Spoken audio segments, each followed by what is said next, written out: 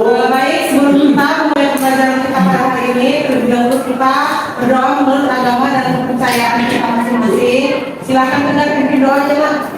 Untuk pembelajaran baiknya kita berdoa menurut agama dan kepercayaan. Berdoa dimulai. Doa selesai. Baik, Ibu akan melakukan presensi, ya. Jadi mohon dengar namanya ya.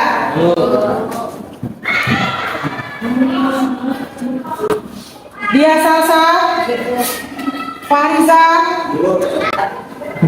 sehat, siap untuk melakukan pembelajaran. Tadi sudah makan ya, masih istirahat.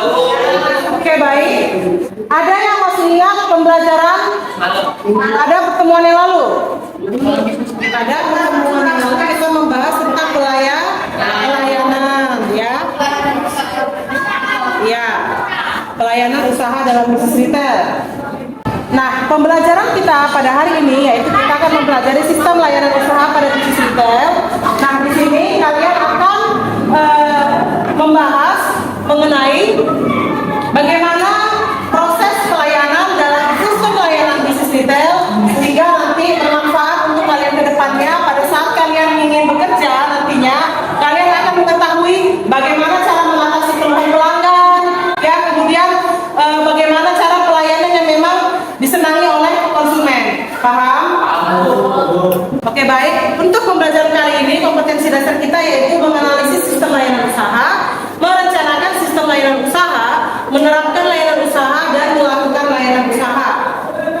Kemudian ada pun indikator pencapaian kita pada hari ini yaitu menguraikan proses pelayanan usaha pada bisnis retail, menganalisis strategi layanan pelanggan, merencanakan sistem pelayanan usaha pada bisnis retail. Nah, tujuan pembelajaran kita pada hari ini ya dengan menggunakan model pembelajaran problem based learning, maka peserta didik diharapkan dapat menguraikan proses pelayanan usaha pada bisnis retail dengan benar, menganalisis strategi layanan pelanggan dengan benar, dan merencanakan sistem pelayanan usaha pada bisnis retail dengan benar.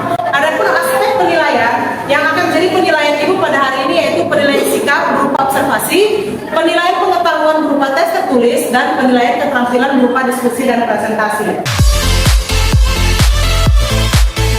Coba diperhatikan dulu gambar berikut ini.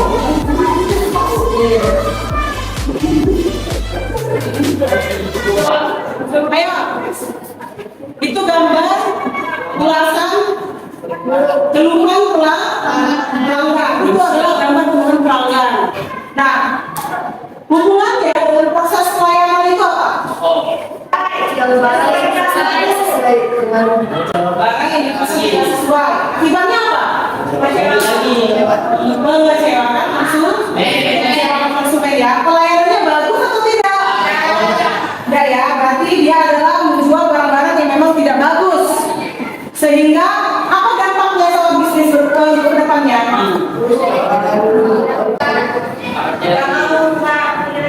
Tidak dipercaya oleh konsumen ya. Nah, strategi layanan pelanggan itu ada dua. Yang pertama, pendekatan kustomisasi dan pendekatan standarisasi. Ya, kalau dikatakan pendekatan kustomisasi, ya, kustomisasi itu adalah strategi pelayanan dalam memberikan pelayanan secara pribadi kepada konsumen. Istilah kasarnya di custom. Kalau katakan di custom bagaimana? Kalau kalian misalnya beli sesuatu terus kalian minta di custom, itu sesuai dengan keinginan kalian kan? Ya, artinya apa? Dia memberikan pelayanan prioritas kepada konsumennya. Jadi kalau dikatakan pendekatan secara kustomisasi yaitu adalah pendekatan dengan memberikan pelayanan secara pribadi sesuai dengan keinginan si pelanggan atau pembeli. Kemudian yang kedua ada pendekatan standarisasi. Kalau dikatakan pendekatan standarisasi yaitu pendekatan standar, pelayanan standar yang memang semua orang bisa dapat. Ya, paham? Bisa dibedakan kustomisasi dan standarisasi. Kalau kustomisasi tadi apa? Sesuai keinginan ya. Pelayanan secara pribadi. Tapi kalau standarisasi sesuai dengan standar yang ada. Coba.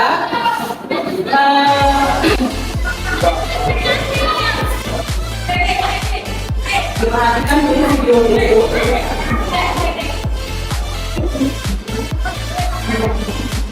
Video viral seorang ibu berumur sebagai pencuri coklat yang menikmati kawasan besar penggunaan tangan dan makan. Namun pelaku karyawan begitu mahal, itu pelaku memberikan intimidasi karyawan di market tersebut.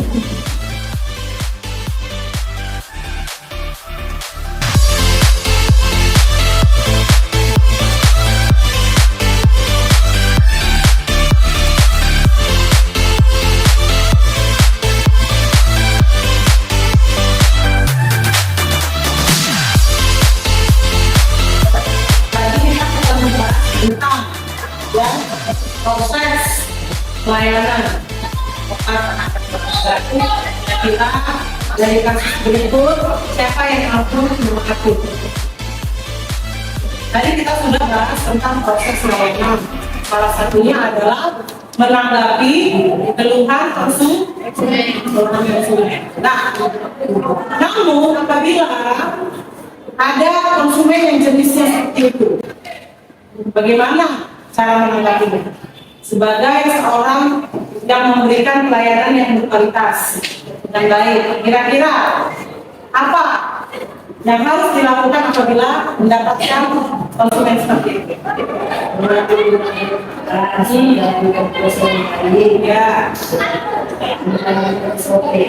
jalankan pekerjaan sesuai dengan SOP. Oke, apa lagi? Siapa lagi yang harus menanggapi?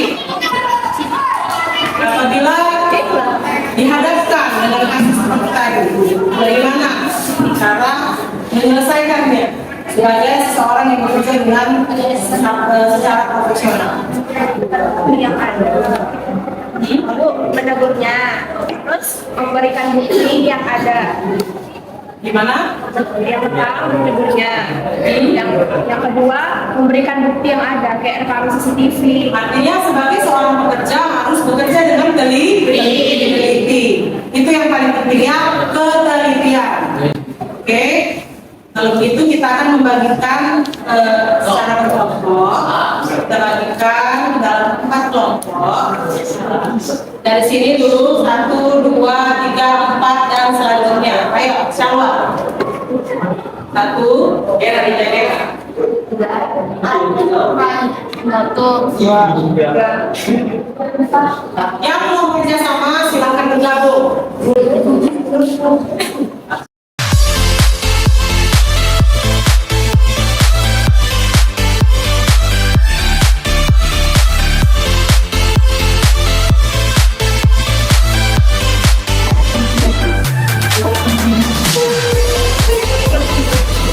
Oke, berdasarkan video tadi, coba dikerjakan LKPD yang sudah Ibu bagi ya. Yang pertama, seperti semalam kita merumuskan pertanyaan, kemudian memberikan solusi yang relevan terhadap pertanyaan yang sudah kalian rumuskan. Kemudian yang ketiga, kalian memberikan kesimpulan. Oke?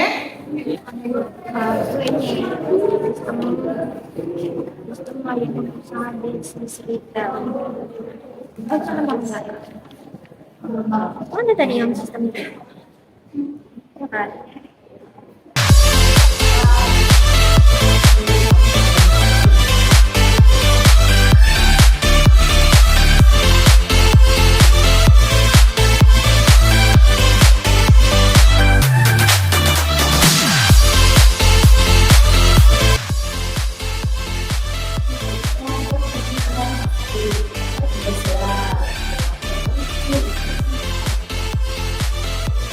Oke, baik, kalau sudah selesai, kita presentasi ya. Ini presentasi kami dari kelompok 2 yang hasil dari diskusi kami bersama-sama.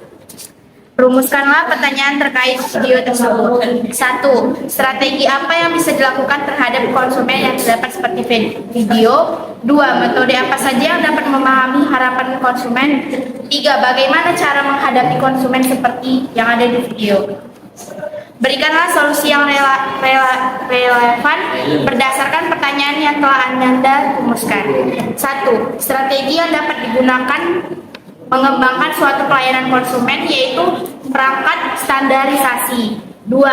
Dalam memahami harapan konsumen ada berbagai metode. Contohnya berinteraksi dengan pelanggan, menanggapi keluhan konsumen. 3. Lebih teliti lagi dalam hal pekerjaan dan bisa mengambil keputusan dengan tegas, lalu membuat solusi inovatif untuk menyelesaikan keluhan atau permasalahan konsumen.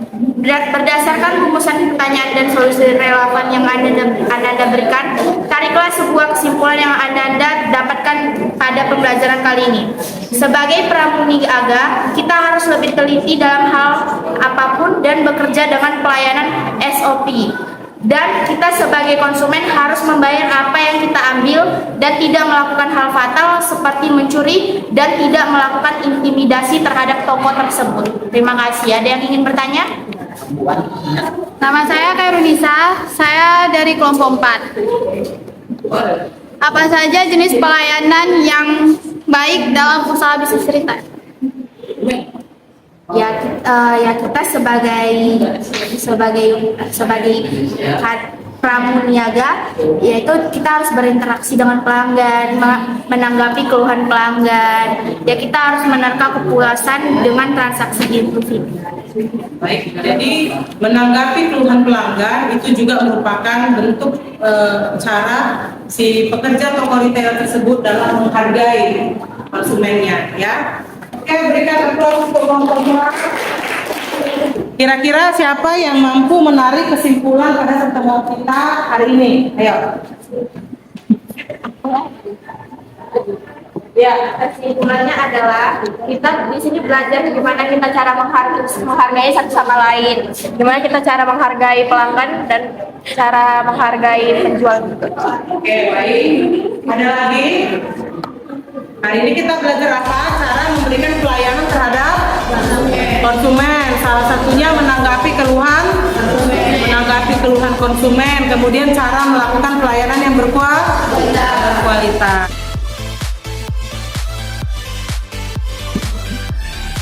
Kemudian ini ada tugas di rumah. Ya, coba boleh kita menerima, kemudian coba ditulis di catat. Oke, baik, untuk refleksi kita pada hari ini, saya ingin bertanya pada kelompok 1 dulu. Mana kelompok 1? Kira-kira apa kesulitan yang dialami selama pembelajaran berlangsung?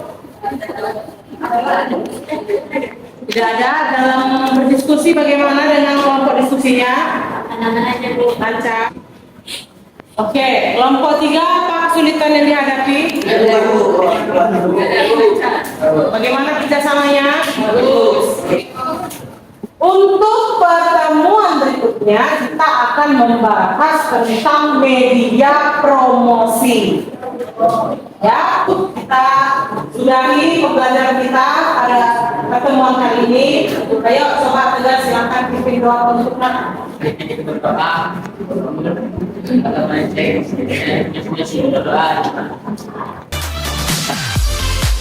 baik, terima kasih karena kalian sudah berperan aktif pada hari ini, ya. Mudah-mudahan kedepannya kalian bisa lebih baik lagi, ya.